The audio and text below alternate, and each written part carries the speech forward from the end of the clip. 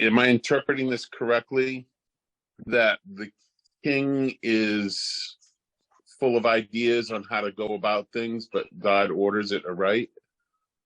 I do believe that's the gist of it.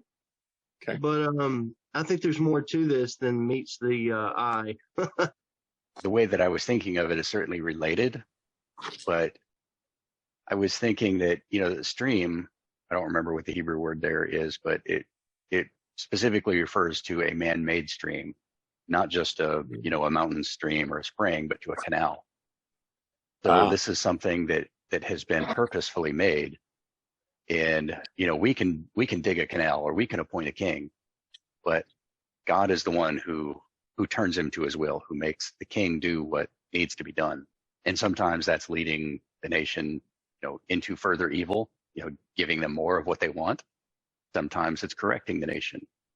But I think one of the things that we can learn from that is, especially looking at the examples of Pharaoh and Saul, that the more power you have over other people, the less free will you have.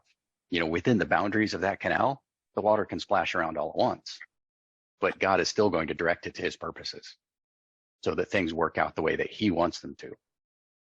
But, your interpretation there, Daniel, which I really like, gives another implication in that the water isn't just the king's heart, but the things that flow from the king's heart, so that he is a source of life and justice to the people. And that's his purpose for living. So if he is a good king, then that's what he does, and God helps him to do that. I think that's a really great picture. Well, is not the king representative of the people? Yeah, like you get the government you deserve, sort of thing. Yeah.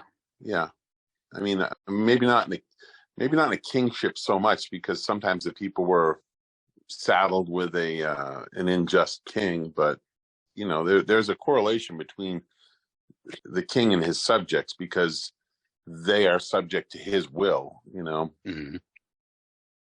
Yeah, it's a positive feedback loop that the king reflects the state of the people, but then the king can help guide the state of the people, right? He can move it in better or worse directions. Mm-hmm. And God has a strong hand in which way it's going to go. And I suspect that, when you get an evil king who just makes things worse, like we've got right now, it's possibly because God wants to, like he did with the Canaanites, he wants their wickedness to come to its fullness so that he can then move on to judgment. What he told Abraham when they were approaching Sodom. God said that he wouldn't destroy Sodom and Gomorrah if there were even 10 righteous people in the city. Mm-hmm. But there weren't. Turned out that there was one at most. Well, maybe 3 at most, but probably just one.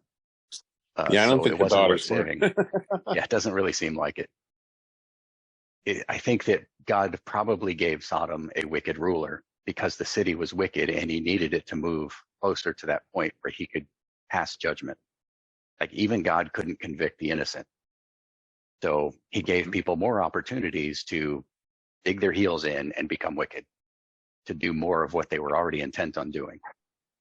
Well, sometimes a ruler will evoke from his people their true heart, whether that ruler is good or evil. I know there's something, I don't mean to interrupt. I noticed something too. It says the king's heart. Is that lev in the Hebrew there used? Yeah, it's lev. Okay. That's interesting because in Hebraic, the heart is not the one in the chest, it's your mind. So it's your soul, your emotions, everything is there in your mind. And it's in the hand of the Lord. And he's manipulating he's manipulating the minds by presenting options and choices in their minds of things of good things to do. It's sort of like he's testing them. It almost seems it's like a test. God appoints leaders, of course, and this is a testing of these leaders, and he's turning it which way he wants, because he's trying to find out if they're going to be obedient to him. Yep. The living water has potential because it comes from God. Mayim Kaim comes from God. Mm. And what we do with that Mayim Kaim, if we abuse it, if we misuse it, then God is going to cut us off. That man-made is cut off. He's going to dam it up. He's going to reroute that water to another leader that he's going to try to appoint. Mm-hmm. So yep. that's just sort of my extra thoughts on this. As I look at it again. Yeah, and I was just looking at the Hebrew word there for stream also, and interestingly, that word is peleg. Does that sound familiar? Yeah. Yeah. Yep. That's the name of, the ancestor of, or the descendant of Noah, descendant of Shem too, I think. When Genesis says, his name was Peleg because in his days was the earth divided. And his name can mean split or division, and apparently it can mean canal too. And if that name, the days that the earth was divided, if the purpose of that was, if that was a result of the Tower of Babel and Nimrod's actions, well, it's the same thing. God allows their wickedness to come to, fruition so that then he can pass judgment. And the judgment was dividing them up. Mm-hmm. And it's very similar with other nations and peoples throughout history. The Canaanites weren't just conquered by Israel. They were scattered.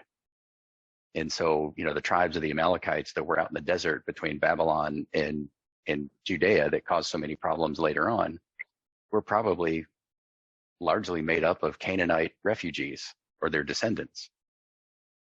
So when a people's wickedness comes to that point where God needs to step in and pass judgment, he gives them a ruler who completes the job, who guides them into, lets them do what they really want to do. And then he destroys and scatters them. Maybe he uses another nation to do that, maybe a natural disaster, or maybe he scrambles their language. If you take that approach and walk it backwards, is not a king or ruler's purpose to refine his people? To refine them, either refine them as dross or refine them as silver, one of the two. Right.